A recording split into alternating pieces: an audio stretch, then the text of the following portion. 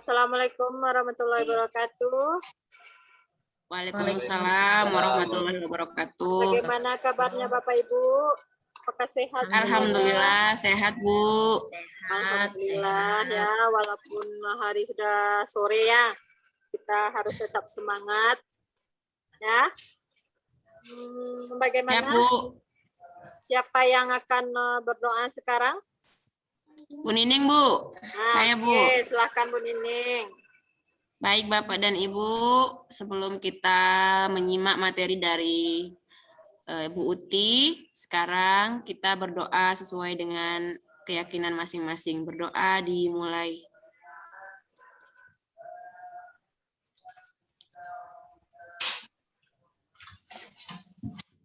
Doa selesai. Amin. Alhamdulillahirabbil alamin. Silakan Bu. Ya Bu Nining ya. Baiklah, langsung saja ya kita belajarnya ya. Mungkin Bu Trianya lagi izin mungkin ya. Kita langsung masuk kepada materi kita.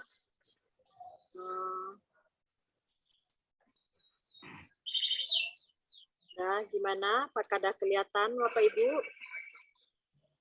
Belum Bu.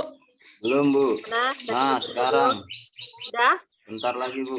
Loading kayaknya Bu. Ya, kelihatan. Udah? Sudah Bu. Nah, sekarang kita mulai yaitu tentang kurikulum operasional di tingkat pendidikan. Sekarang kita pengertiannya kurikulum. Apa itu kurikulum? Kurikulum yaitu seperangkat rencana dan pengaturan mengenai tujuan, isi, dan bahan pelajaran serta cara yang digunakan sebagai pedoman penyelenggaraan kegiatan pembelajaran undang-undang mencapai tujuan pendidikan yang tertentu. Itu sesuai dengan Undang-Undang Sidiknas tahun 2003. Pemerintahan pusat juga menetapkan kerangka dasar dan struktur kurikulum yang menjadi acuan kita untuk pengembangan kurikulum pada satuan pendidikan. Sekarang prinsip-prinsip pengembangan kurikulum operasional sekolah. Ada siapa saja yang berada pada prinsip-prinsip pengembangan kurikulum yang ada di sekolah, yaitu pertama yang berpusat kepada peserta didik. Maksudnya di sini yaitu pembelajaran harus memenuhi potensi, kebutuhan, perkembangan, dan tahap belajar serta kepentingan dari peserta didik kita. Profil di sini juga ada tentang profil Pancasila. Nah, selain menjadi rujukan pada semua tahapan dalam penyusunan kurikulum operasional sekolah. Yang kedua yaitu kontekstual. Kontekstual yang di sini maksudnya itu menunjukkan kekhasan dan sesuai dengan karakteristik satuan pendidikan kita. Kontekstual yaitu sosial budaya dan lingkungan serta dunia kerja dan industri. Yang ketiga yaitu esensial. Yang keempat akutabel yang berdasarkan data dan aktual. Yang kelima yaitu melibatkan berbagai pemangku kepentingan. Pemangku kepentingan di sini bisa berupa komite, orang tua, organisasi, berbagai kepentingan atau yang dinas pendidikan juga bisa ya. Prinsip pengembangan kurikulum itu juga berdasarkan tentang profil pelajar Pancasila sebagai acuannya dalam penyusunan visi dan misi dan juga tujuan di satuan pendidikan. Nah, sekarang bisa ibu dan bapak lihat di sini yaitu tentang kerangka dasar kurikulum yang telah ditetapkan. Selanjutnya yaitu tentang proses penyusunan kurikulum pada tingkat satuan pendidikan.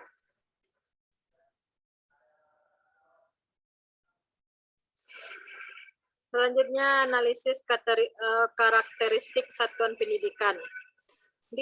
Pada analisis lingkungan sekolah, di sana ada sumber daya alam, sosial, dan budaya. Nanti ya kita sehabis pemaparan hari ini Bapak dan Ibu bisa membuat analisis satuan pada pendidikannya, tempat kita sekolah kita mengajar nantinya. Di sana di dalam analisis lingkungan sekolah itu ada sumber daya alam, sosial, dan budaya. Yang kedua, sumber pendanaannya, sumber pendanaan sekolahnya itu berasal dari mana, apa-apa saja yang mendanai sekolah kita. Yang ketiga yaitu sistem dan kebijakan di daerah, apa-apa saja sistem kebijakan daerah setempat kita untuk menyokong pendidikan di tempat wilayah kita itu.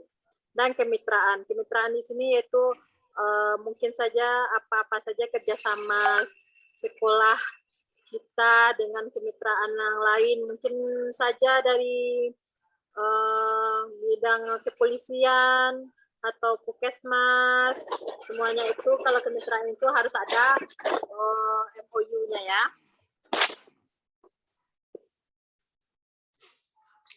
Selanjutnya visi dan misi. Nah, di sekolah kita itu pasti ada visi dan misi dan tujuan kita.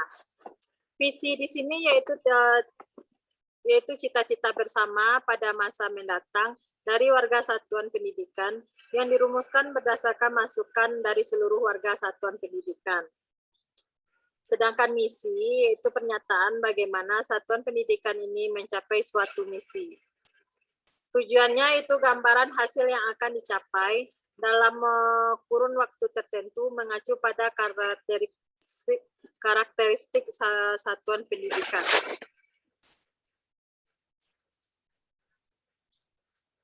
Selanjutnya itu analisis kebutuhan satuan pendidikan. Peserta didiknya, guru dan tenaga kependidikannya, apakah di sekolah kita itu gurunya sudah mencukupi atau belum, dan tenaga pendidikannya apalagi yang akan kita butuhkan gitu. Sama begitu juga dengan sarana dan prasarana. Nanti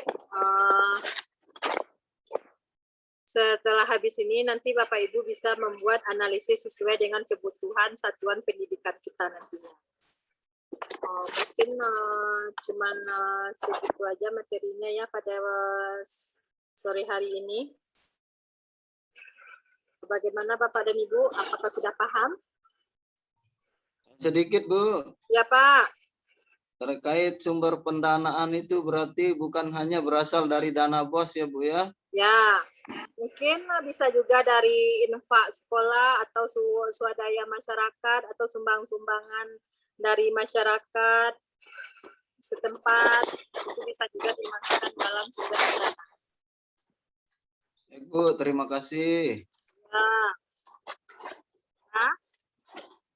nanti Bu, gimana dengan ini sistem dan kebijakan daerah? Apakah kita kebijakan daerah yang gimana maksudnya, Bu? Sistem dan kebijakan daerah itu mungkin apa program daerah kita yang bisa menyokong pendidikan, gitu. Oh, iya. Misalnya ada di suatu daerah itu dia mungkin kebijakan daerahnya mewajibkan di dalam ekstrakurikuler itu program TAFIS, ada juga mungkin dia tentang keagamaan, keolahragaan gitu, apa kebijakan dari pemerintah itu yang dimasukkan nanti yang bisa menyokong pendidikan kita. Makasih Bu. Ya, udah paham semuanya kan? Udah Bu. Baiklah, kalau begitu kita akhiri sesi kita pada saat ini, sekarang ini. Salah dan janggalnya saya mohon maaf. Saya sudahi dengan Assalamualaikum warahmatullahi wabarakatuh. Waalaikumsalam warahmatullahi wabarakatuh.